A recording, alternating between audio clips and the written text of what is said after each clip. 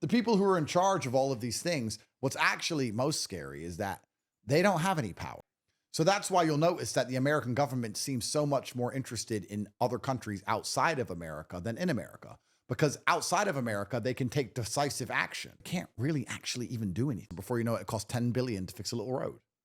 So none of these people in power have power. Or to build an invisible train between LA and San Francisco. That costs billions and billions and It billions and never billions and happened. billions and billions because they had to make sure that the train wasn't going to hurt the frogs. So the people who are in charge of all of these things, what's actually most scary is that they don't have any power. So who actually really has power? And if you were to ask me, the answer to that is twofold. One, it's the transnational capital, which is the first thing.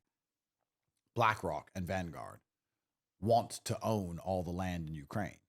And they've managed to convince governments to keep sending all their weapons over there so that the war can continue, so that Russia doesn't win. Because if Russia wins all that land, then Vanguard and BlackRock don't get it. Right. So how have we convinced all these governments to keep throwing their money away in Ukraine? Well, Vanguard and BlackRock clearly have a way to convince people. Clearly. Yeah. So they have all the money, but the other people who have all the control in the world are the people with the guns. It's all just guns, bro. At the top and at the bottom, it's the same. It's the same with the street gang, which is the most powerful street gang, who has the most guns. Yeah. It's the same at the top, who has the most guns.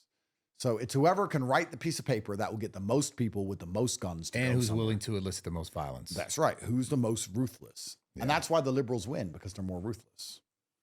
In the end, because they're ideologically aligned with their ideals to the point where they believe people should die if they disagree, they're always going to be more ruthless than a Republican is. Republicans are a lot more logical.